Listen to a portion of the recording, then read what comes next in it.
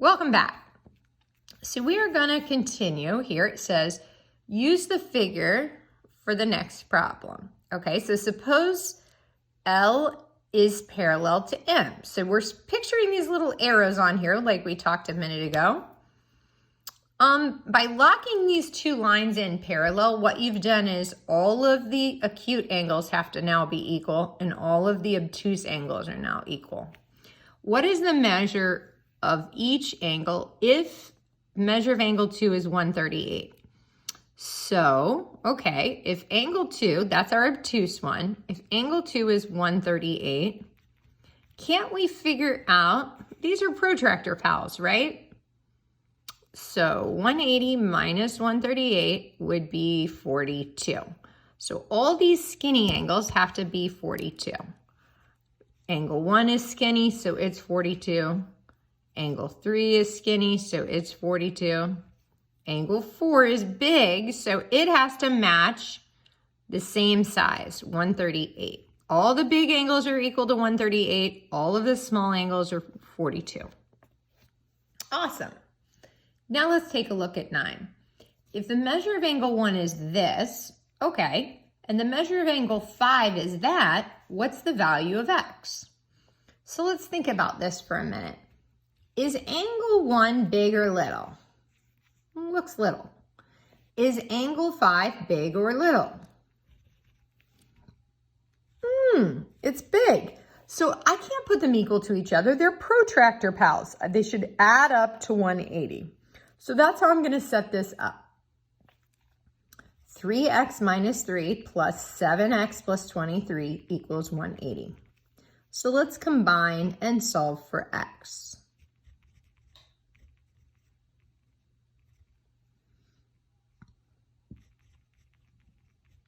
Okay, so I get 10x is equal to 160, which means x has to equal 16. Now, to be safe, we should plug this back in and make sure our answer makes sense. So if I plug in 16 for the x, 3 times 16 minus 3 is 46.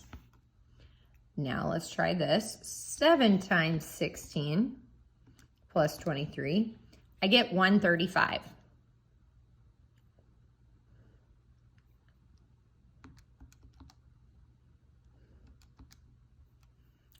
Oops, I got 45 for this. I got 45 for this and 135 for that. Those two definitely add up to 180, so that's definitely correct. Okay, next one, it says the transversal that intersects the two parallel lines, so if I have parallel lines, the transversal that intersect forms corresponding angles with the measurement of, so corresponding would look like this. Two angles that are the same size on the same side. Okay, so if these two are corresponding angles, we have to set them equal to each other and solve. 3x minus 7 has to equal 2x plus 12.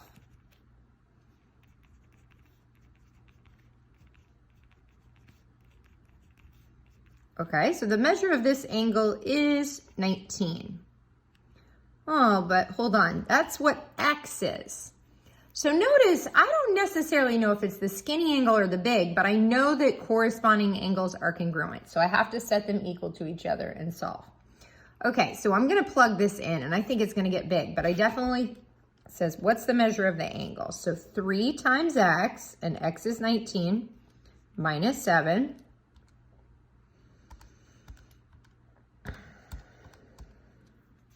Oh, maybe not. I got 50. And then I'll do that again. 2 times 19 plus 12. 50. Okay, beautiful. So that's the measure of each angle. Let's check out the back. Cool. So this could have helped you if you were confused. Well, what was this remote angle? Remember, the two remotes add up to this exterior angle right there. And that's kind of what they were defining here. Okay, so question number 11 states, what would x be? So all three numbers have to add up to 180. So we can kind of logically figure out here.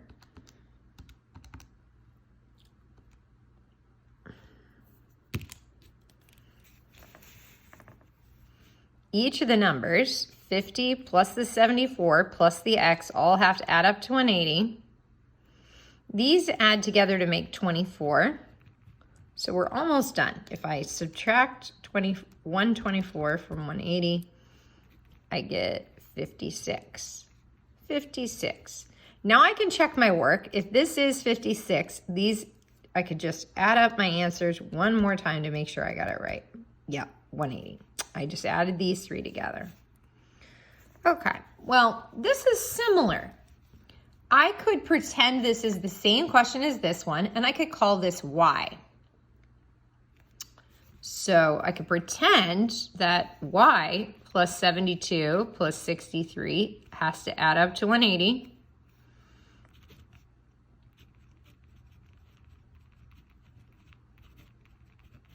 Okay, so I now know that that's 45.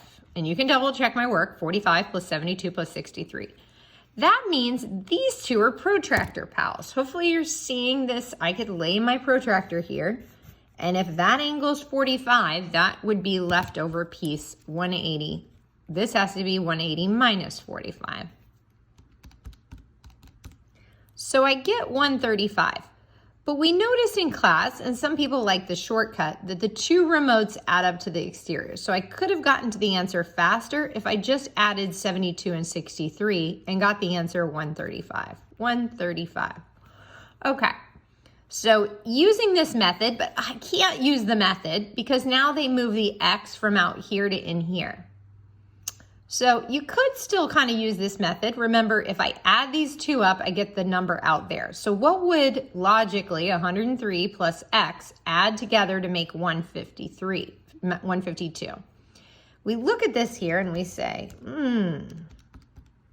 49 would work there, because 49 plus 103 would get you 152. So working backwards, you can subtract to figure out what got added.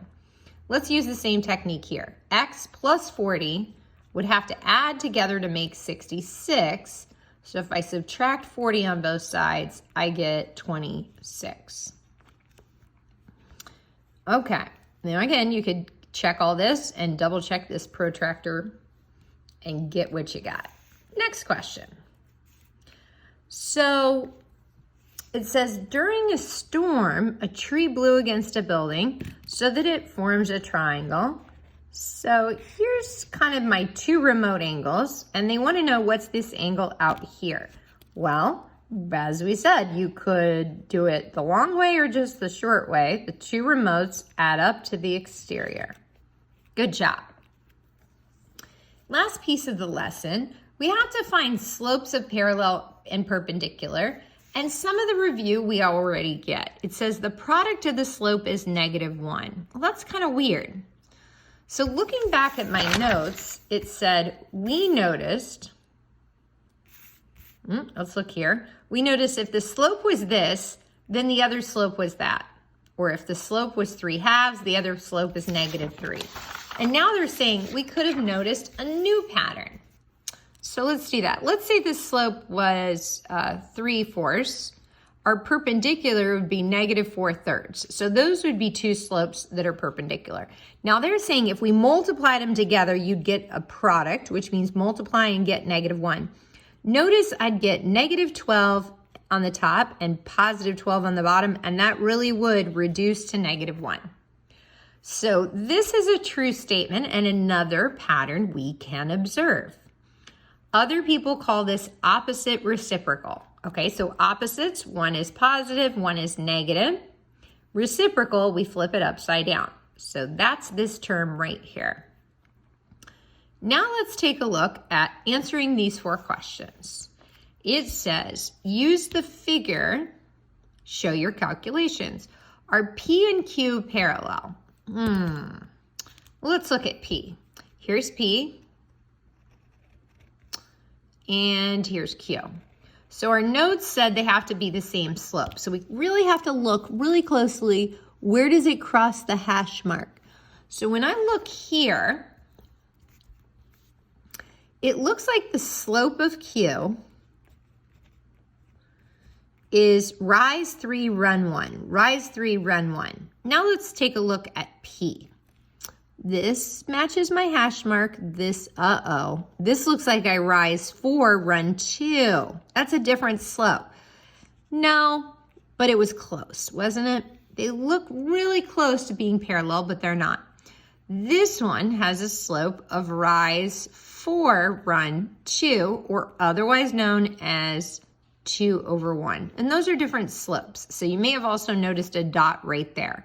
Up 2/1, up 2/1, up 3/1. That's different. Let's keep going. Are W and T perpendicular? Okay, so they definitely look pretty perpendicular. We can take anything with a corner. So I'll grab like a sticky notepad here. Anything with a corner, which should line up. It's close. So when it's really close, it does look like it lines up pretty close. Let's take a look. It's rise 1, run 3. Rise 1, run 3. So rise 1, run 3. That's the slope. And let's see if it's perpendicular. Fall 3, run, a smidgen. Oh, no. This looks like it's fall 1, 2, 3, 4, 5, 2. Fall 5, run 2. No, too bad, guys. It was so close. But maybe that's why it didn't line up perfectly. Okay. So now it says, the theorem states the two non-perpendiculars are perpendicular if and only if their slope is -1. Why are vertical lines excluded? So think about that. The slope of a flat line is 0. The slope of the wall is, we say, undefined. You could also think of it as any number, like the number 5, divide by 0. It's the reciprocal. So what happens is you get an error. You get an error if you divide by 0. And the slope of a wall is dividing by 0. Okay, one last question. We're almost done. Use structure. So write an equation for each line that passes through 2, 7 and is parallel or perpendicular to that. So let's find that point. 2, 7. 1, 2, 3, 4, 5, 6, 7. Oh, they fell off the page. That's kind of mean. And is parallel to the line, y is -3, -6. Well, that's not on the page either. These guys are kind of mean, aren't they? So let's take a look though. If we know what it is, if I'm gonna go parallel, doesn't that mean same slope? So I know I have to write an equation where the slope part is the same. So here the slope is -3, so I'm gonna make this slope -3. Now I still don't know where to put the B, but I need the line to go through that point. So that's very informative. When X is 2, Y has to be 7. So we can plug this in. When X is 2, Y has to be 7. Now I'm gonna eliminate this perpendicular one. We're just gonna find the parallel because they didn't give us a lot of room. Okay, so we plugged in the X and the Y. I get Y is equal to -6 minus 6, so Y is equal to -12. What am I doing? What am I doing? I confused a B for a 6. Sorry about that. Okay, I'm going crazy. Just delete everything I said. X is 2, Y is 7, so I gotta make this 7. Huge mistake there, sorry. Now I have 7 is equal to -6 plus B. So if I add 6 on both sides, I get B is equal to 13. Now I can build my equation that I know is parallel through the point. So all I have to do is Y is equal to my slope, -3x, and B is 13. Great job, guys. See you next time.